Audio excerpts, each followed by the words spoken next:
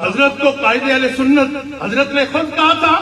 اب تو جناب خود یا مرید پیر کو کہتا ہے یا پیر خود حکم کر دیتا ہے کہنے کا.